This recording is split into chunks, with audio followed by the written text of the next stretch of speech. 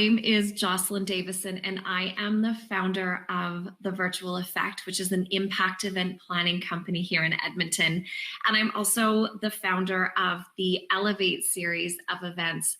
So really, at my core, as you can tell, I love events. It is what I am so passionate about. And one of the things that I love so much about events is the opportunity for connection. So today on this Facebook Live, we're going to be talking about navigating events in a virtual world. As we are all experiencing our crazy new reality in light of COVID, we're doing this all the time. Everything that we're doing is really revolving around online, whether that be our online meetings or online events. That's where we're at, and we're going to be there for a little while. So why not make the most of it? And that's what I am really excited to talk to you about today. I want to start by acknowledging that a lot of us might be feeling video meetinged out. And I don't actually think that's a term, but I'm making it one today, or zoomed out. But because this is our reality right now, a lot of people are feeling that they've maybe had enough or need a moment to breathe from this online world and online connection. And it's with everything that's going on right now, with all of the events and trainings and all of the resources that are available to us online, we could quite honestly fill our days from morning to night with trainings and with meetings and with events.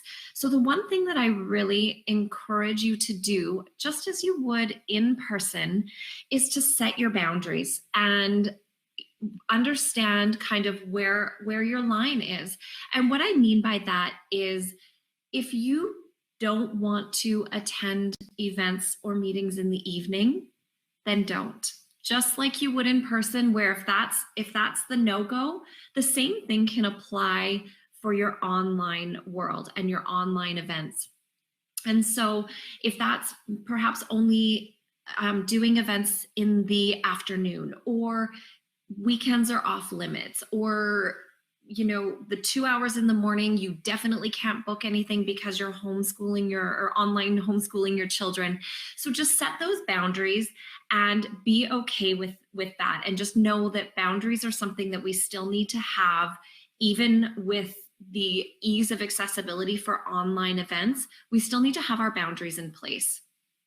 So navigating events in a virtual world, I want to talk to you today from the perspective of you being the one hosting those events, and just some kind of tips and tricks on things to consider as you are going through that. So the first thing is to determine, why are you going online with your event? So there can be so many reasons that you're doing this. Are you going online because you want to build your community, because you want to continue showing up for a community that you've created in person, and now you need to and want to be there for them online? Are you going online because this is a crucial strategy in how you're pivoting your business during the issues that we're dealing with COVID? Are you going online to make money? Is this a way that you are going to be generating income for your business? Or are you simply doing this to have a presence, to be top of mind, and to be visible to your clients? Or is it both of these things? And that's okay if that's what it is. And then the other thing that it could be is, are you going online because you feel like you should? And that is a very real pressure that a lot of people are facing right now. And I encourage you to step back and think about why you're going online. Be clear with that, because it's going to be a really important basis, an important thing to understand as you're building out the rest of your event plan. So you want to be clear. There's no right or wrong answers. You just need to know why you are doing this. And I want to add a little remark about the feeling like you should.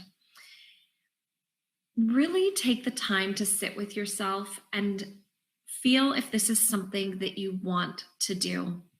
Online isn't for everybody. And with so much being out there, you want to make sure that you're showing up in a way that is authentic to your brand and authentic to you, and not just doing it because you feel like you should. That's going to come across, and that's not what your community needs. What they need is the real you, and they need you showing up with a purpose. So just get really clear on what that purpose is. The next thing that you want to do is to set your goal. What do you want out of this event? Are you wanting to set a goal of attendance? So you want to make sure you want 10 people, you want 50 people, 100, whatever that is. And that's an okay goal to have, but just setting that out ahead of time so that you know what you're working towards with your online event. Another goal could be connection, that you want to create a space for people to come together and to have conversation and to connect and to experience life together again virtually. Or is your goal sales? Are you wanting people to join you online? Are you trying to sell a product or sell a service? Or is it a lead generator to get them into a paying program? Make sure that you establish that. And I would also, if your goal is sales, I would also encourage you to be very clear in your event description and how you're promoting your event so that people know what they're getting into. I think that whether it's in person or online, people tend to have a little bit of skepticism when they're being invited to something, especially if it's free. And I say that because they want to know what's going to be required of them. So be really clear when you are communicating about your event as to what you're going to be doing, what people can expect. This is going to give them more comfort in committing to coming to what you're doing. So just set those goals and then build your plan to support achieving those goals. The next thing is figuring out your channel. So if you were on from the beginning of this, or if you were waiting for the Creative Hive to go live, then you clearly saw that I had some struggles in going live today. And I promise you, I did my work before and I thought that I had it all figured out, and then I didn't. So it's important that you figure out which channel you want to use to have your event, to host your discussion. So is this going on Instagram Live or using IGTV? Obviously with Instagram Live, there is that bit more of an ability for, the group, the people that are watching you, to interact, but knowing if that's the way that you want to go. Or perhaps it's like this and doing Facebook Live, and maybe it's just you or you have somebody else that's joining you, but this is also another great platform to use. The other option that you could look into is Zoom or another web-based platform. I'm going to refer to Zoom mostly throughout my talk today because that's the online platform that I am the most comfortable with, that I've had the most experience with. So you'll hear me referencing that.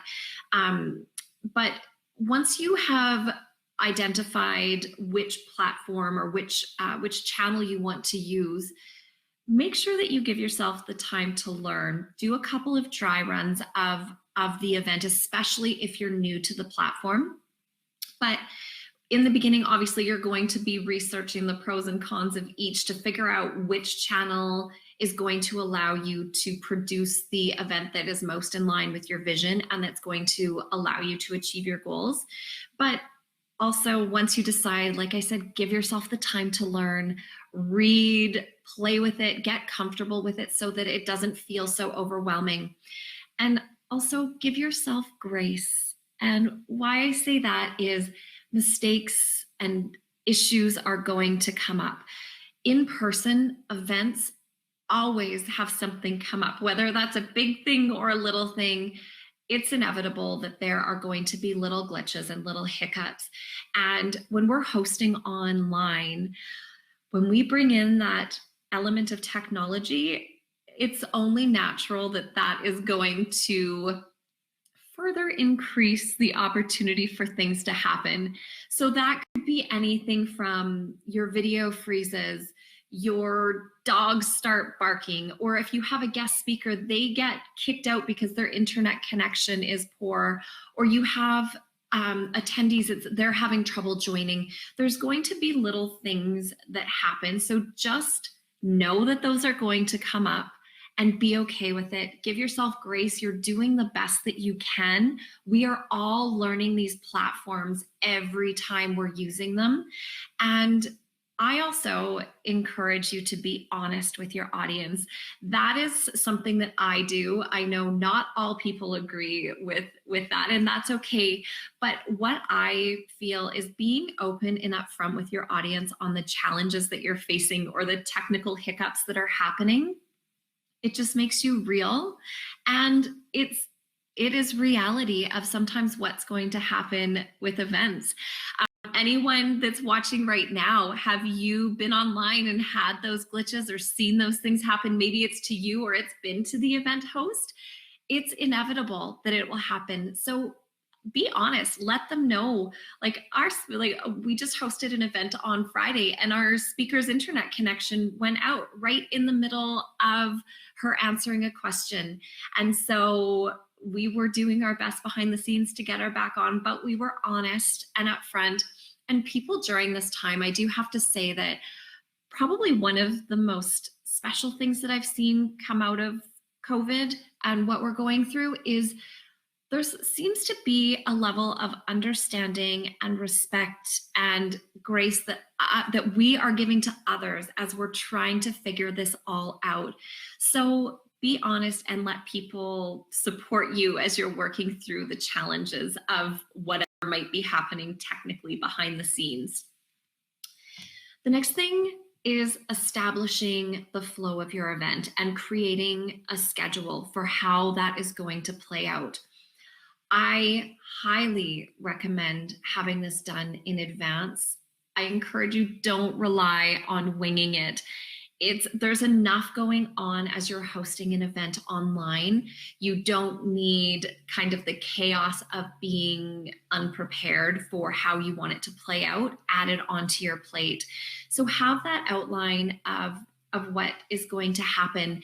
And what having this outline, this schedule is also going to do, it's going to allow you to be respectful of your attendees' time. And I say that because we will have a time for our event. Let's say it's 11:30 until noon, or it's 6 to 8 p.m., or whatever that time frame might look like. In people's minds, that is how they have committed. That's the window that they are giving to you. And as you start to approach that end time, people start to check out. And if we are running past that time, we might have people that are a little bit frustrated and getting antsy. We have people that just tune out, that turn it off, and that's okay.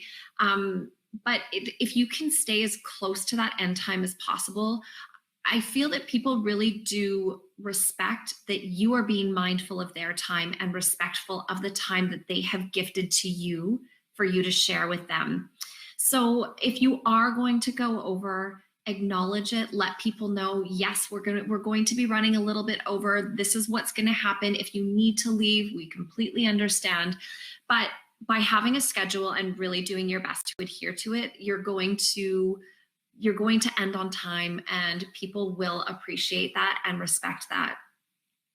Now, if you are going to be hosting a longer event, so one that's going over that 2-hour mark, and we've been seeing even these full day conferences that are happening. If it is a longer event, make sure that within your schedule, you book time for breaks. So we all know people's attention span, it comes and it goes. But as we're having this longer event, we need to give people that time to get up, to change their state, to move around, to use the washroom, to get a drink, to have a snack. So we need to build those times in so that people don't feel as though they're missing some of the program or content of what you're giving them. And it gives them that chance to step up, to move around, and to come back and to re-engage and be fresh for the session. What I would encourage you to do as well, let them know, okay, it's 11:45. We're going to take a 5-minute break. We're going to be back on at 11:50.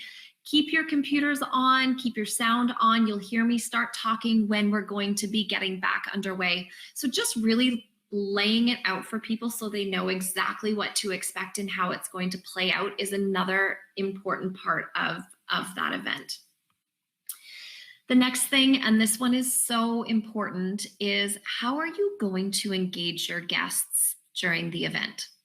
So in person, we have that lovely ability to read the room, and we can ask people to raise their hands, and we can see them nodding, and we can really gauge their level of connecting with us as we're talking.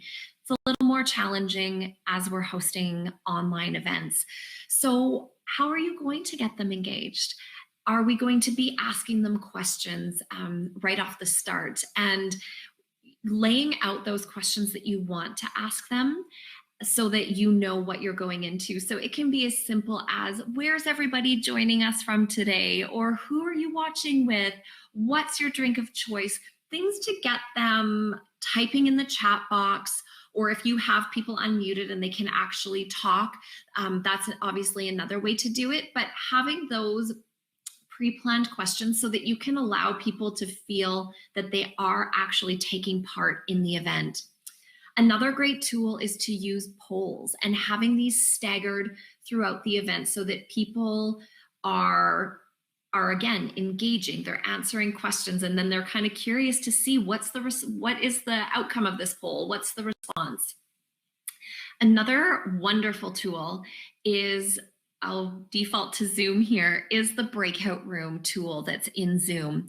And what this does is it allows you to create these more intimate connection points.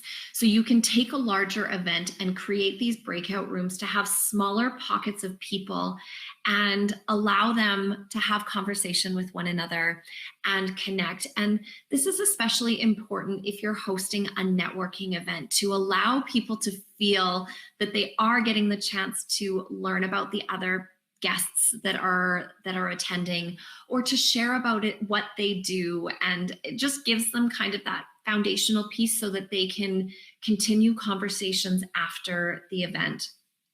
And another way that you can allow people to engage or create the opportunity for engagement is to give people the opportunity to introduce themselves.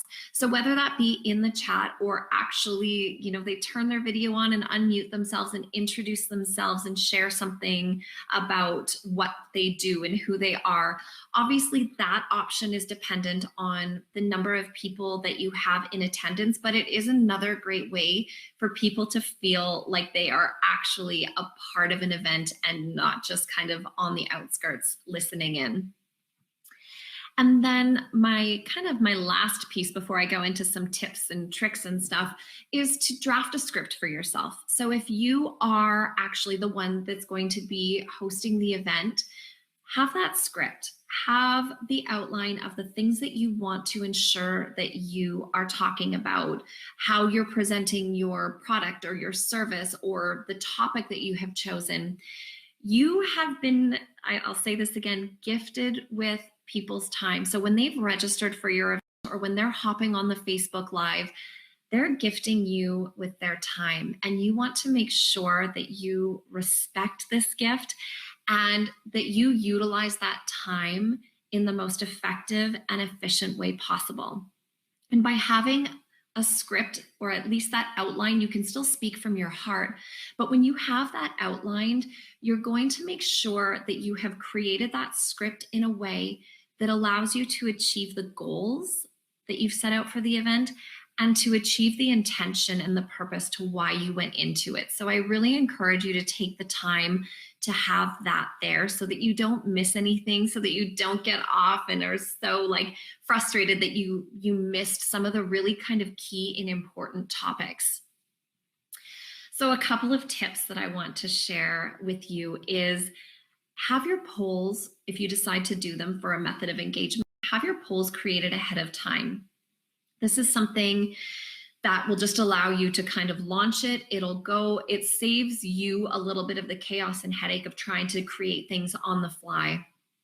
And on that same line, another tip that I would share is to have all of the information that you want to share in your chat, have that pre-typed out so that you can simply copy and paste it and you're not worrying about trying to talk and type at the same time, because trust me, I've learned from this experience, it is next to impossible to hold an engaging conversation and type out something in the chat. It's very difficult to do. So if you can have those comments or prompts typed out ahead of time so you can simply copy and paste them in, it's going to make your life so much easier. And you can have reminders in your script. So for example, in your script, when you are introducing yourself, if you want that moment to be when you share your contact info, you can have that built right into your script. So you can copy, paste it as you're talking and it shows up in the comments and people have that information right away. And also consider, do you want to have a host for the event or are you the one hosting it? So it's important to just know that ahead of time and consider that in how you're drafting your script. And if you are having somebody else host and they're perhaps interviewing you on your own channel or at your own event, draft their script so that you can ensure that they're touching on the points that are really key that you want to communicate. I would also highly recommend that you have somebody helping you behind the scenes, kind of on the admin end. So helping you administer and monitor the chat and the comments and be that person that can kind of keep the conversation going. And if you're using a platform that has a waiting room, they're letting people in, it just takes one more thing off of your plate. And especially if you're hosting, it's difficult to kind of manage all of those in an effective way. So consider having someone join in and help you on that back end.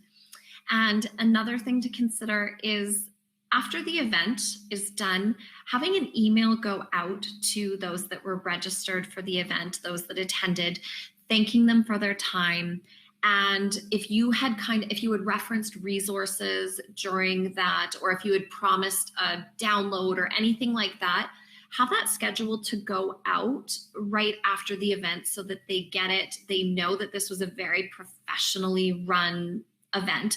And then remind them of action items. So even if it's something as simple as you want them to follow you on social media, have that call to action in that email and have it go out right after, because they're still in the zone for the event. Before I open it up to any questions that anybody has, I just want to speak really briefly on perspective as an attendee at an event, because everything that I shared with you today was if you're the one that's hosting it and putting it on. So I just want to share a couple of pointers on the attendee end of it. When you are showing up at an event as an attendee, turn the phone off. I know I have been guilty of it. It can be such a distraction if you have it sitting next to you face up and you can see alerts coming up or texts coming in. It's just a distraction. And if you have committed the time to attending a training session or an event, allow yourself to enjoy and fully experience that time. So turn off the phone. Be somewhere quiet if possible. If you can be in an office where you're, in an office at home or in a bedroom or a closet, whatever that might look like, where you don't have the distractions of family or people walking by or dogs barking, which tends to happen to me, any of those things.